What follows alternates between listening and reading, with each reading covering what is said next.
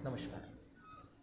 आज हम चर्चा करेंगे वंध्यत्व के बारे में। वंध्यत्व के जो कपल हैं या मेल हो या फीमेल हो, आज अगर हम देखेंगे तो करीबन 10 में से 8 कपल वंध्यत्व का ट्रीटमेंट ले रहे हैं। और वंध्यत्व का ट्रीटमेंट लेने के लिए वो शादी के 1 साल बाद 2 साल बाद डॉक्टर के पास जाते हैं। लेकिन ये क्या गलतियाँ कर रहे हैं इसके बारे में वो चर्चा नहीं करते या समझ नहीं पाते कि हमारी शादी हुई है, शादी को साल 1.5 साल 2 साल हो गए हैं लेकिन बच्चा नहीं रह रहा है। इसका कारण ये है कि आज के टाइम में पति पत्नी दोनों वर्किंग है और ज़्यादातर ऑफिस वर्क करते हैं, कहीं पे भी फिज़िकल एक्टिविटी इनसे होती नहीं। तो सबसे बड़ी गलती है कि इनकी फिज़िकल एक्टिविटी का कम होना या ना के बराबर होना। लाइफस्टाइल इस तरह से होना कि रात को देर से सोना, सुबह देर से उठना और या रात भर कंप्यूटर पे वर्क करना, इस तरह की लाइफस्टाइल हो गई।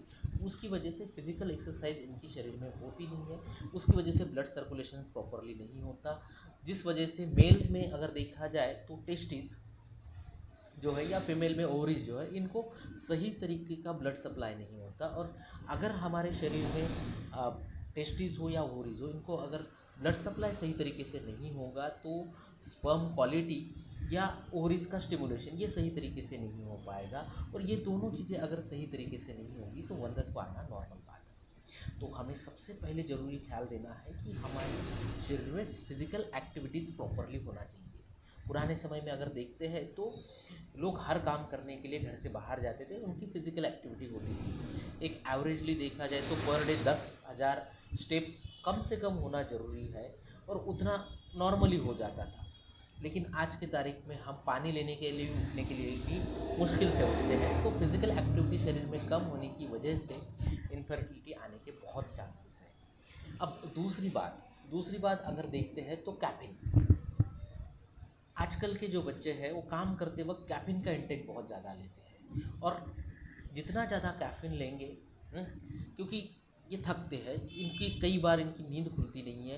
नींद खुलने के लिए, शरीर की थकावट कम करने के लिए, बॉडी में एनर्जी महसूस करने के लिए कैफ़ीन लेते हैं। लेकिन कैफ़ीन का ओवर इंटेक भी एक क्वालिटी फीमेल्स में या स्पर्म मॉर्फोलॉजी मेल में ये डिस्टर्ब हो जाती है, सही तरीके से मेंटेन नहीं हो पाती। और जब ये सही तरीके से मेंटेन नहीं हो पाती तो इनफर्टिलिटी आने का एक कारण बढ़ जाता है, वंध्यत्व आने का एक कारण बढ़ जाता है।